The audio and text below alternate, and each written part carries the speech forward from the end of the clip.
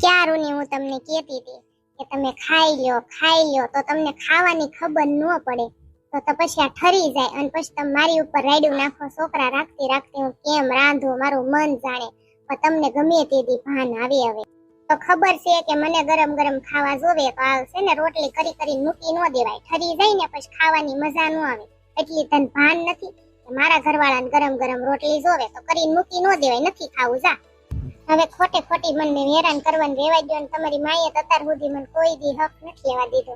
હવે નોખા થયા છે તો હવે તો હક લેવા ગયો. આખો દી કામ એટલું હાલે, ઓલી કામ વાળી ગોતી દીધી હતી હરાયા જેવી, કાંઈ કામ ધંધી નો કરતી નહોતી, નકરી કામ વધારતી ને કામ કરે ને એમાંય કઈ સકરવા ન હોય. તો અત્યારે ટાઈમે થાય ન થાય તો રાયડું ન નખાય. છોકરી રે ને એટલે મેં રોટલી કરી નાખી તો ઠરી ગઈ ને આવીને તેવીને હોય એવું ખાઈ લેવાય. એટલે ભાન પડે છે કે નહીં? તું છે ને વધારે બોલ બોલ કરીમાં હું તને બીજી કામ વાળી રાખી દઈશ અને તારે છે ને મને ખાલી 2 ટક ગરમ ગરમ જમવા દેવાનું, બીજું હું તને કાંઈ કામ કરવાનું નથી કેતો. અને ઉપરથી નકરી બોલ બોલ કરસ તે હું કાઢી મૂકીશ તને. હા પછી કેતી નહીં મને. તમારે હવે સુધરવાનું છે કે નહીં? નથી હારા લાગતા.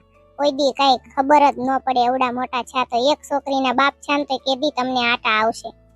અને હું તો છે ને હાઈતા માઠમમાં જવાની છું મારા મમ્મીને ઘરે રોકાવા 10-15 દી. પછી તમ તારા જલસા કરજો, તમારે કરવા હોય ને તો હાથે જાજે. તાર મમ્મીને ભેગી જ રહી છે ને જાને આય તારું કઈ કામ નથી. તમારે કાઢી જ મૂકવી છે પણ હું જવાની નથી. અને હવે હું ત્યાંથી આવીશ ને મારે ડોશી મારે વાત થઈ ગઈ છે, મારા ગઢા બા છે ને એને હું અહીં હારે લાવવાની છે. એને કીધું થોડાક દી હું તારી પાસે આવીશ એટલે છે ને વધારે બહુ વાયડીનું નહીં થવાનું, બરોબર છે?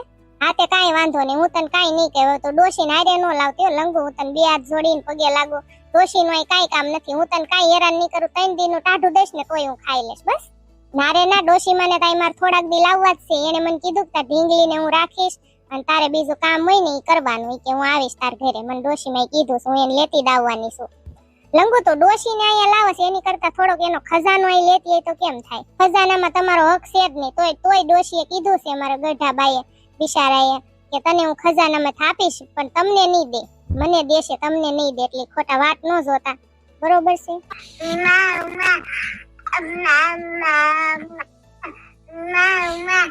મારી ઢીંગલી તે મામા કરે છે. મામાને ઘર જવાનું છે હો મારી ઢીંગુડી, મારી દીકુડી. કોઈ દી એમ કીધું કે હાલે 5000 આ તારી છોકરી હાટું, આપણી છોકરી હાટું કપડા લઈ આય, તારી હાટું લઈ આય. કોઈ દી દયા આવી મારી તમને? તું વાતું કેવી કરશો મને તે સમજાતું ને. તારો બાપ દેવા આવે છે કપડા?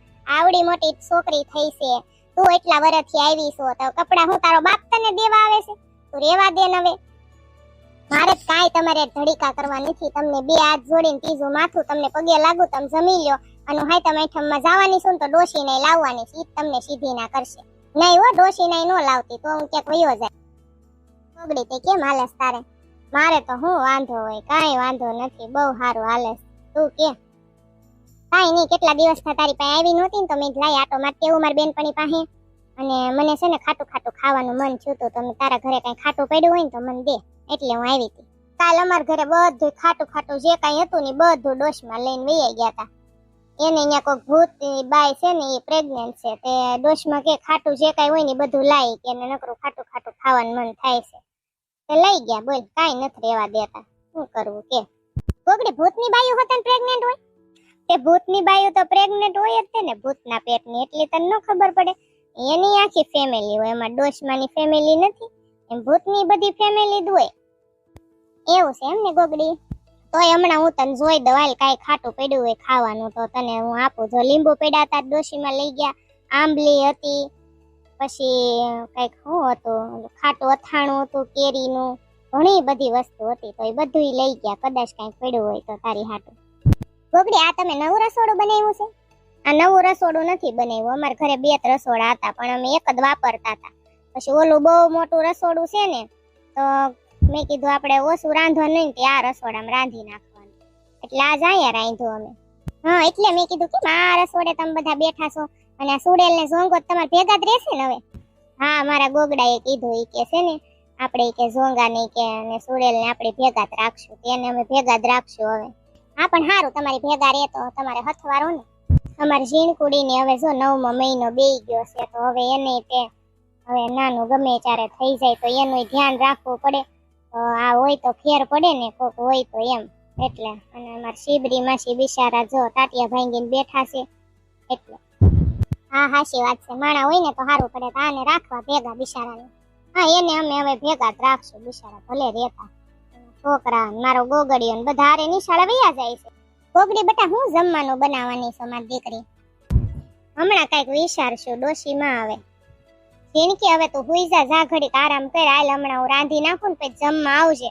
અત્યારે થોડું ઘણું તો જો હવારનું બધું પડ્યું જ છે, હવારે બનાવ્યું હતું ને એટલે અત્યારે શાક રોટલી ખાલી કરી નાખવું છે. ના ના ગોગડી બેન હું હવે હોઈ હોઈને થાકી ગઈ છું, મને ઘડીક બેહવા દે ને બાપા આઈને. હા તે કાઈ વાંધો નહીં, તો બેસ બીજું હું. હા બિચારીને બેહવા દે ને, એલી એને ન ગમે, કેટલું ખુવે બિચારી. ગોગડી બેટા હું જાઉં તો જમવાનું થાય તો ફોન કરજે હો મારો દીકરો. એ હા જાવ હો ડોશીમાં. ગોગડી હું જાવ હો હવે. ગોગડી બેન હું ઘડીક ખુઈ જાવ હો. મારા વાલા સબસ્ક્રાઇબર કેમ છો તમે બધા? તમારી વાલી ગોગડી ઉપર તો અત્યારે આપ તૂટ્યું છે ને, એટલા દુઃખના ડુંગર ભગવાને મારી માથે નાખ્યા છે, એટલે હું અત્યારે હમણાં તમારી માટે વિડીયો બનાવી શકતી નથી. આજ તો મેં દિલ ઉપર પથ્થર રાખીને આવડો વિડીયો બનાવ્યો છે ફ્રેન્ડ. અને મને ખબર છે કે મારી માથે એટલું દુઃખ છે, એટલે તમે બધા દુઃખી છો, મને બધી ખબર છે. તમે બધા ફોન કરતા હતા, મેસેજ કરતા હતા, પણ હું તમારે વધારે વાત કરી શકું ને એવી મારી ઓલી નહોતી, એટલે હું તમારે કોઈ યાર વાત નહોતી કરતી ને. અત્યારે હું તમને કહું મારા હસબન્ડ એક્સપાયર થઈ ગયા છે, એ નથી અત્યારે મારી હારે, પણ એ મારી હારે જ છે. મેં એવું ક્યારે વિચાર્યું જ નહોતું કે આવું મારી માથે ભગવાન દુઃખ નાખશે એમ, અને અત્યારે મારા હારે જ છે, ક્યાંય નથી ગયા.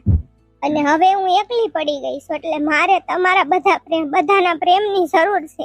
તો બસ તમે બધા આવો ને આવો મને પ્રેમ દેતા રહેશો મારા વાલા ફ્રેન્ડ. અત્યારે એમ થાય કે જીવવું નથી, પણ મારા બાળકનું કોણ? હું ન જીવું તો એનું કોણ? એટલે એના માટે હવે મારે જીવવું પડશે. અને ભગવાન એટલું બધું મને ટેલેન્ટ આપ્યું છે, એટલી બધી મને આમ કાબિલ બનાવી કે હું તમને બધાને હસાવી શકું, તમને બધાને ખુશ રાખું, પણ ભગવાને મને મારી ખુશી છીનવી લીધી. મારે શું કરવું હવે? તોય હું તમને બધાને ખુશ રાખીશ. અને મારે તમારા બધાને પ્રેમની જરૂર છે. બસ તમે બધા આવો ને આવો મને પ્રેમ કરતા રહેજો, અને તમે બધા મારી હારે જ છો, મને ખબર જ છે. અને હું તમને તમતાર ખુશ રાખીશ, હંમેશા તમને હસાવતી રહીશ. ભલે ભગવાન હજી ગમે એટલું દુઃખ નાખે ને, હું તમને હંમેશા હસાવતી રહીશ. તમે બધા પૂછતા હતા ફોન કરીને હું થયું, પણ એને એટેક આવી ગયો ને એટલે એક્સપાયર થઈ ગયા. હવે ભગવાનના ઘરનું આવ્યું, એમાં આપણે શું કરવી ફ્રેન્ડ? અને એ મારી હારે જ છે, ક્યાંય નથી ગયા મન મૂકીને, મારા હારે જ છે. હું વિડીયો બનાવી શકું ને એવી મારી ઓલી હતી જ નહીં ફ્રેન્ડ, પણ તમે બધા ફોન ને મેસેજ ને એટલું કરતા હતા ને, એટલે મારા વિડીયો બનાવવો પડ્યો. અને હું બનાવીશ તમારા માટે. હવે હું હિંમત વાળી બહુ છું, મને ભગવાન હિંમત તો બહુ આપીશ, હું હિંમત હારવાની જ નથી. ગમે એવી સિચ્યુએશન ભગવાન મારી માથે ગમે એટલું દુઃખ નાખશે ને, તો ગમે એવું દુઃખ હું દાંત કાઢતા સહન કરી લઈશ ને. તમને બધાને હંમેશા આમ જ હસાવતી રહીશ. બસ તમે તમારો પ્રેમ દેતા રહેજો. Thank you friend.